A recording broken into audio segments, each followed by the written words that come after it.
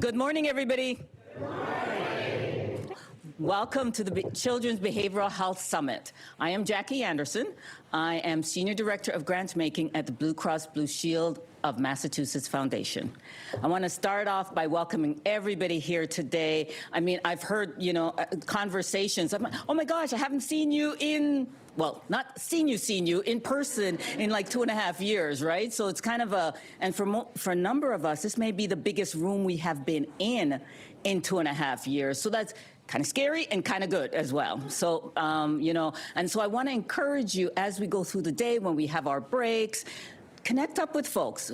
Part of the purpose of today is really to connect with people on a face-to-face individual level as we are also learning. So, I am your MC for today, and really for this important event of transforming behavioral health care delivery for children in Massachusetts. For those who may be into social media, we hope you will join us using the hashtag Children's BH Summit, and you can kind of share what you're learning here today. We have a jam-packed agenda. And all of you here are interested and have been working in the area of children's behavioral health, and that is such an important grounding for the conversation today. We'll have experts, public officials who are, you'll see their full bios in the program book. And so we're not going to go through every one of them in detail. Throughout the day, so read that all. We will introduce people as we do each panel, but you've got the full bio below you.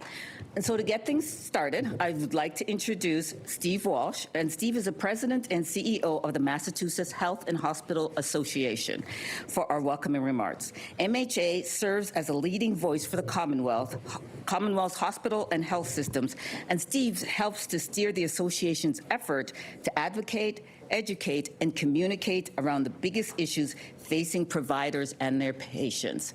So let me introduce Steve.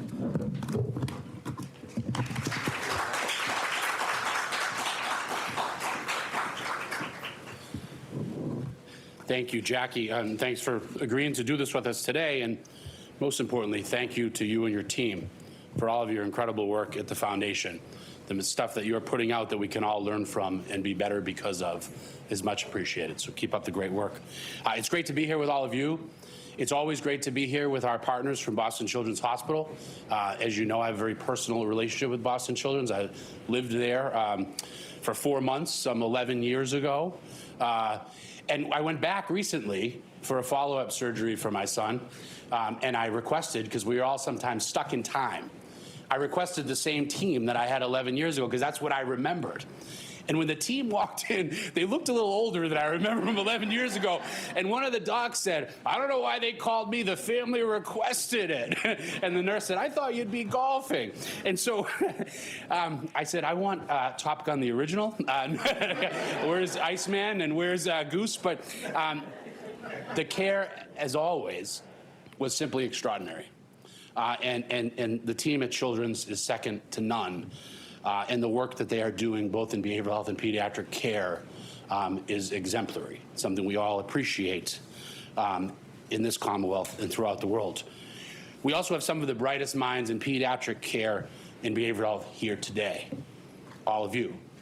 I want to thank the public officials that will be joining us throughout the day, Secretary Mary Lou Sutters, who I'll have an opportunity to have a chat with later on this afternoon, Senator Cindy Friedman, Representative Marjorie Decker, Representative Adrian Madaro, Dr. Kevin Simon, the City of Boston's inaugural Chief Behavioral Health Officer. The difference that they and all of you are making through your leadership and advocacy on behalf of our patients is profound, and it will stand the test of time. You have all laid the foundation for generations of reforms to come. Next today, you'll hear from my good friend, MHA Board Chair, Dr. Kevin Churchwell. Children's is doing extraordinary work, as I said. He and his team are simply the best. We at MHA and in the Commonwealth have no better partner as we navigate this difficult road and at this moment in time. With pediatric capacity challenges as they are today, with RSV, with an earlier than expected flu season, there's no better leader than Kevin. And the generational work that he is doing on health equity is something that we will all benefit for years to come. We have panels lined up on behavioral health boarding, patient advocacy, school and community-based care, insurance, and legislative priorities. We're also proud to be joined today by patient and family advocates, as well as Dr. Joe Mitchell of Franciscan Children's. He'll be closing on our program. Franciscans is well known to those in this room, but what a gem for our city and for our state. Walk through the corridors of Franciscan Children's, you understand the work that they do. You understand their culture. You understand their importance to the families they serve. It's truly a remarkable place. I want to start today by sharing some of the important data that MHA has been collecting, which is helping to inform our collective strategy on the most immediate behavioral health issues, primarily boarding and workforce. By now, you're all well aware of the boarding crisis in our country. Through our hospitals reporting, we know that on any given day, there are 500 to 700 patients boarding in hospitals as they await a specialized bed. Many of them are children. You can see a sampling of those numbers on the left side of the slide. Truly sobering every time we see them.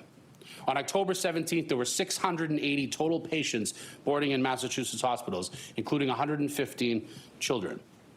It's a heartbreaking scenario, not just for the patients and families involved, but for the caregivers who are keeping the patients safe day in and day out. There are two major impacts. First and foremost, these patients don't get the timely, specialized care that they need and that they deserve. At the same time, hospital resources and beds are tied up, which affects access for every other patient with acute medical conditions. It's now been a year since we started reporting this data, so we've provided you with a summary folder of the year-long trends in your folders. A special thanks to Lee Simon-Jomans from our team at MHA, who has been spearheading this effort. And on workforce, we're often asked, what's the biggest barrier to mental health service? Well, you know the answer is simple. Everyone in this room knows it's workforce. There are simply not enough professionals to meet the needs of our patients. As you'll see on the right side of the slide, we now know there are 568 inpatient psychiatric beds that are offline, solely due to staffing shortages. That is up from 208 offline beds in February of 2021. It's a problem that's getting more dire, and it's truly a daunting obstacle for community members seeking care. As you also know, it's become increasingly difficult to recruit new workers in this field because of under-reimbursement, which prevents providers from maintaining competitive wages for behavioral health professionals. As frustrating as this is, we remain encouraged by the solutions that our members have rallied around that we believe can make a real difference. Tuition reimbursement, scholarship and other pipeline developments, improved insurance reimbursement. Thank you to our health plan partners in the room who have been part of the conversation. Recruiting bachelor-level professionals for positions, earlier exposure to behavioral health care for incoming medical professionals. All will have an impact. And what provides us hope is the time and attention that our public officials have given these issues since the pandemic began, particularly those in the room today. Our elected leaders, our hospitals, and our healthcare providers have been working around the clock to pass reforms and reimagine the structure of behavioral healthcare delivery. The results are starting to show, albeit slow. More than 300 new inpatient psychiatric beds have been added to the system since 2021, thanks in large part to incentive payments from the state. The challenge now, of course, is being able to staff those beds. Mass Health continues to lead. They have stepped up. They provided supplemental payments for hospitals to support services delivered in EDs. And of course, EOHHS has been working daily to bring its roadmap for behavioral health reform to life. And we are proud to see the passage of the ABC Act earlier this year, which was the result of hundreds of hours of work from legislators, public officials, advocates, and frankly, the people sitting in this room. Reimbursement for boarding patients, annual wellness exams, bed dashboarding, these will all make tangible differences in the things that we will discuss today. So thank you all for that effort. I want to close by simply asking you to take a look at today's agenda. We often say that it will take everyone, providers, payers, elected officials, advocates, to build a stronger behavioral health system for the future. Well, all of those people are part of today's program. You have all shown your commitment to being part of the solution. We hope this summit can be a bit of a jumping off point for the important work that lies ahead.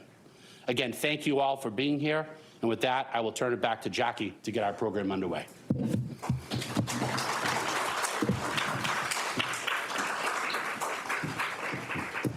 Thanks very much, Steve. And I want to point to a couple of things that Steve talked about. He talked about workforce, he talked about boarding, but more important, and the challenges, but as importantly, the solutions that our folks in this room are innovating on. So I think that's important that we're, as we think through today, we're not just thinking about, oh my gosh, this is awful, what are we going to do? We also think about the challenges and the solutions that are ahead of us as well.